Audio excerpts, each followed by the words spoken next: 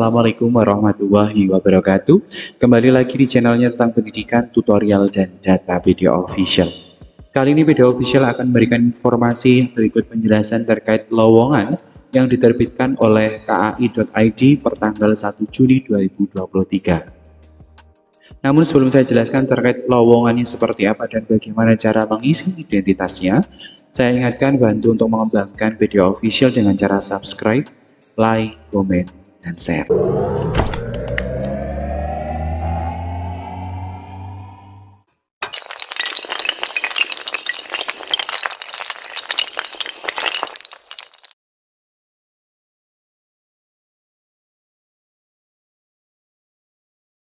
Teman-teman semuanya, baik yang sekarang itu baru lulus di tahun 2023 ataupun yang sudah lulus di tahun-tahun sebelumnya, untuk teman-teman yang lulus dari perguruan tinggi maupun lulusan dari SMA SMK, pertanggal daripada 1 Juni tahun 2023 sampai dengan 4 Juni tahun 2023 dibuka pendaftaran sebagai calon tenaga kerja di rekrutmen eksternal tingkat SLTA sampai dengan S1 untuk gelombang kedua PT Kereta Api Indonesia Persero. Nah, mengenai informasi lowongan ini tentunya teman-teman bingung bagaimana cara melakukan editing data, bagaimana cara melengkapi data, dan bagaimana cara menginputkan data pada akun pendaftaran. Yang pertama, teman-teman, kita harus mengetahui bahwasanya untuk mencari informasi lowongan KAI, silahkan ketikkan saja di Google rekrutmen.kai.id/lowongan, maka nanti akan ada lowongan yang masih aktif atau yang buka, serta lowongan yang sudah expired pada periode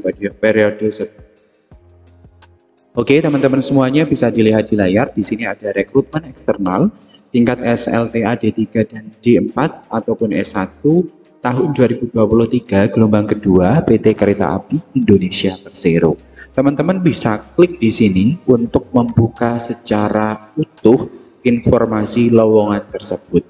Yang pertama yang perlu teman-teman lihat yaitu kriteria pelamar, di mana untuk masing-masing lowongan yang disebutkan pada rekrutmen kai.id tentunya mempunyai kualifikasi ya. Ada kriteria pelamarnya. Untuk yang pertama, teman-teman silakan dicek kriteria pelamar itu yaitu warga negara Indonesia, berjenis kelamin pria dan wanita jenis jasmani dan rohani, memiliki ijazah atau surat keterangan lulus. Artinya kalau teman-teman ini mempunyai SKL, maka boleh.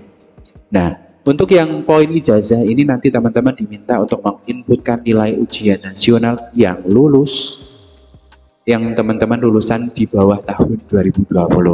Sedangkan yang lulus di tahun 2020 dan setelahnya ini menggunakan nilai ujian sekolah yang terletak pada bagian belakang ijazah dengan rata-rata nilai minimal 7,0 atau 70 ya. Di sini sudah ada ketentuan 7,0 atau 70.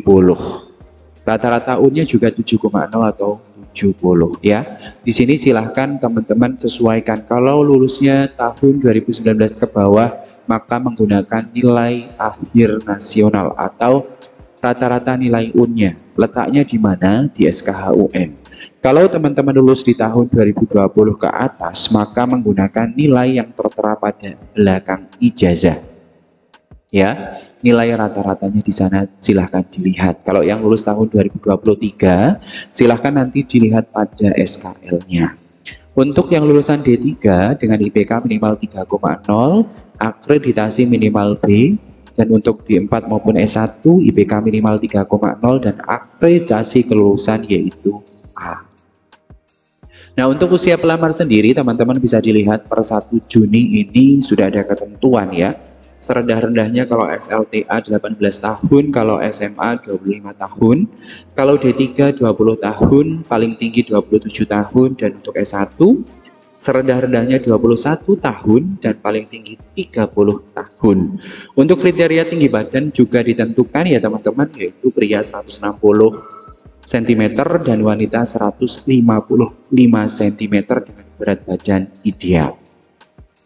Nah, setelah itu teman-teman juga harus tahu untuk kriteria selanjutnya ya, ada berkelakuan baik, tidak bertato, tidak pernah menggunakan data atau terlibat narkoba dan lain sebagainya. Untuk kriteria khusus pelamar juga disebutkan di sini ya. Bagi pelamar yang mendaftar menggunakan SKL, apabila dinyatakan lulus sampai dengan tahap seleksi akhir, wajib membawa dokumen asli ijazah.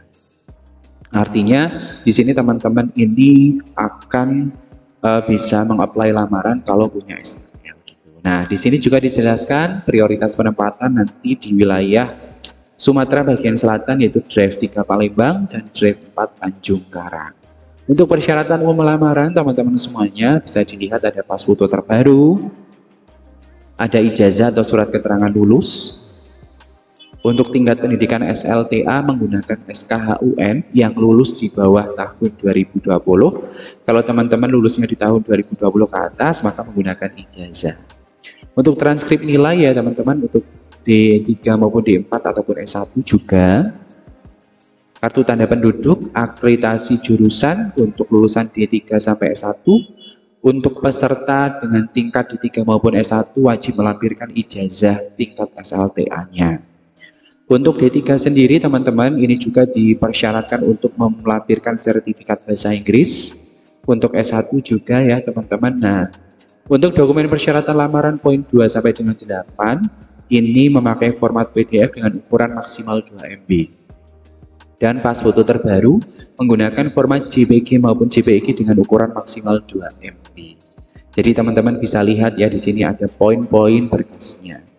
Jadi setelah itu teman-teman nantinya dibaca di bagian bawahnya ini ada formasi, ada jenis kelamin, ada pendidikan, ada jurusan, keterangan dan syarat dokumennya. Kalau teman-teman melamar sebagai SLTA operasional pemeliharaan sarana dan prasarana, maka pendidikannya SLTA dan jurusannya juga sudah dipetakan. Ya, untuk syarat dokumennya juga sudah ada. Untuk D3 operasional ini jurusannya juga sudah ditentukan, syarat dokumen juga sudah ditentukan. Untuk D4 maupun S1 juga ada, untuk D4 S1 untuk IT juga ada. Nah, teman-teman sebelum melakukan apply lamaran, ini dibaca dengan seksama ya. Karena biasanya informasi lowongan di KAI itu akan dijelaskan di sini dengan runtut dan jelas. Jadi harapannya ini teman-teman sudah jelas, maka kalau teman-teman pendaftar baru silahkan klik registrasi. Tetapi jika teman-teman sudah pernah mendaftar, ya silahkan klik login kalau sudah punya akun.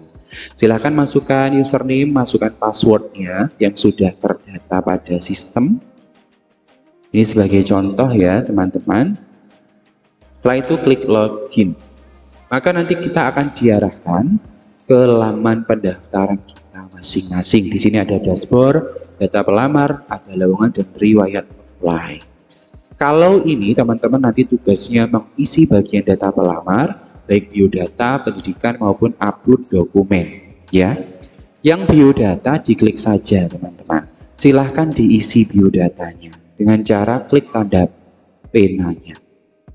Ya, semuanya diisi dengan runtut dan jelas sesuai dengan data teman-teman semuanya. Terus untuk informasi diri tidak perlu saya jelaskan, teman-teman pasti bisa mengisi. Nah, selanjutnya di sini untuk pendidikan. Untuk pendidikan ini silahkan nanti teman-teman diisi ya. Jangan keliru ya. Di sini itu nilai UAN atau IPK dilihat berdasarkan yang saya sampaikan di awal tadi. Ya, nilai UAN atau IPK diambil dari rata-rata ujian sekolah yang lulus tahun 2020 ke atas, ujian nasional untuk yang lulus tahun 2019 ke bawah dengan nilai minimal 70 atau 7,0. Kalau kita lihat di sini nilainya itu 9,1, berarti melebihi ketentuan, artinya memenuhi kualifikasi. Sedangkan untuk akreditasi ini teman-teman jangan keliru ya. Bukan hubungannya dengan nilai, tapi akreditasi ini yaitu akreditasi sekolah teman-teman masing-masing. Bagaimana cara mencari akreditasi sendiri untuk lulusan SMA? Ya, coba. Teman-teman silahkan ketikkan saja bahan SM ya. Nanti pilih yang bahan SM, sekolah menengah. Kita tunggu, kita pilih yang akreditasi.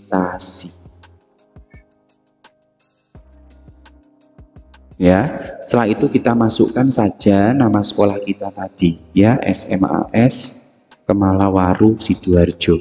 Kita mau mencari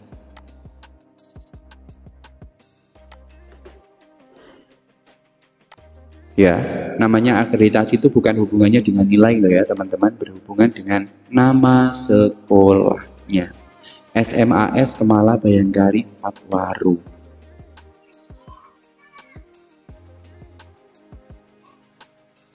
Oke, kita coba ulangi ya.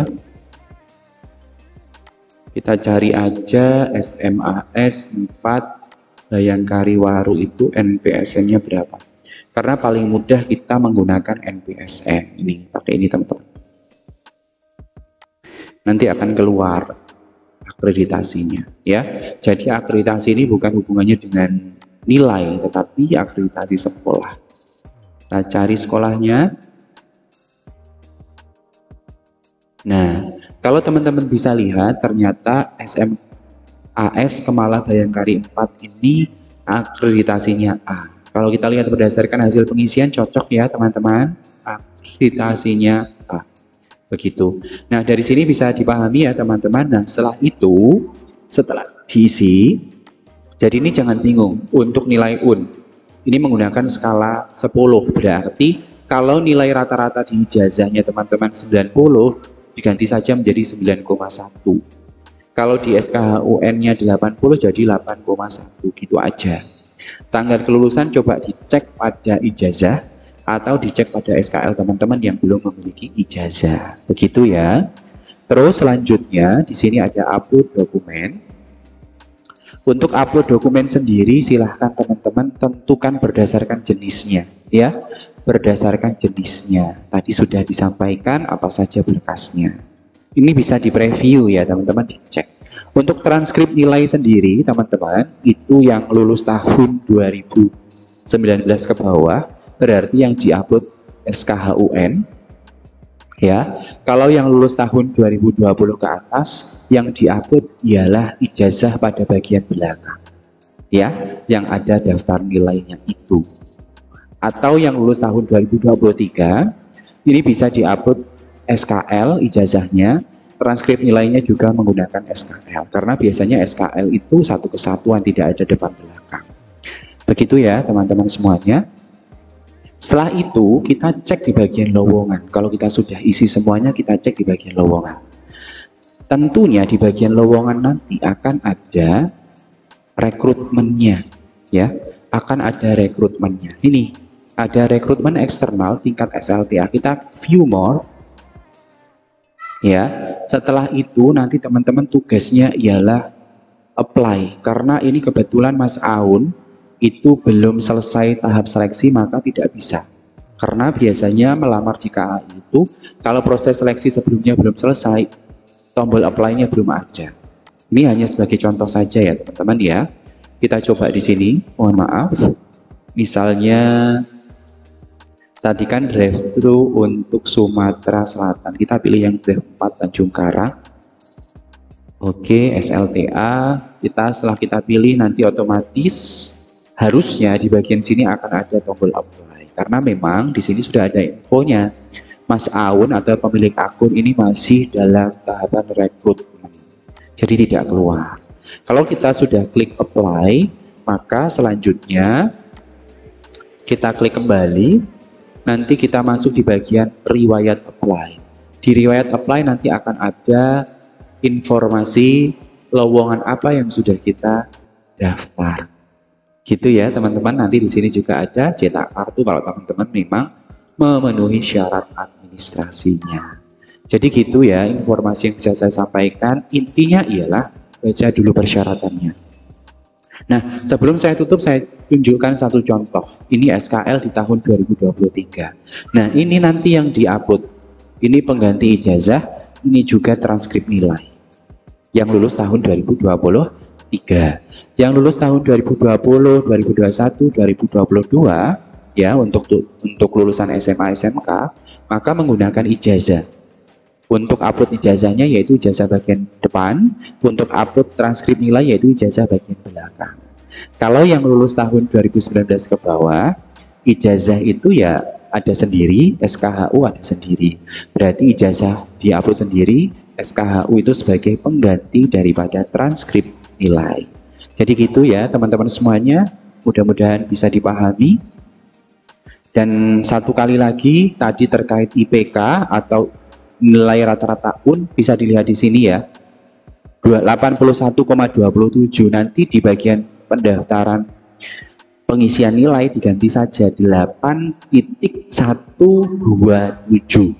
ya. Kalau teman-teman di sini nilainya 91 berarti 9.1 begitu. Dan diingat tadi akreditasi itu bukan hubungannya sama nilai, tapi hubungannya sama akreditasi sekolah. Caranya masuk saja di websitenya ini, ban.sm.go.id/akreditasi. Di sini tuliskan saja NPSN atau nama sekolah dan klik cari sekolah. Nanti akan ada informasi pemeringkatan akreditasi teman-teman. Begitu ya, hanya sebagai informasi yang namanya akreditasi itu 5 tahun sekali, gitu ya. Jadi kalau 2022 akreditasi, 3, 4, 5, 6, 7, 2027 baru akreditasi lagi, begitu. Terima kasih untuk perhatiannya teman-teman semuanya. Jangan lupa subscribe, like, komen, dan share PD Official, channelnya tentang pendidikan, tutorial, dan data. Wassalamualaikum warahmatullahi wabarakatuh.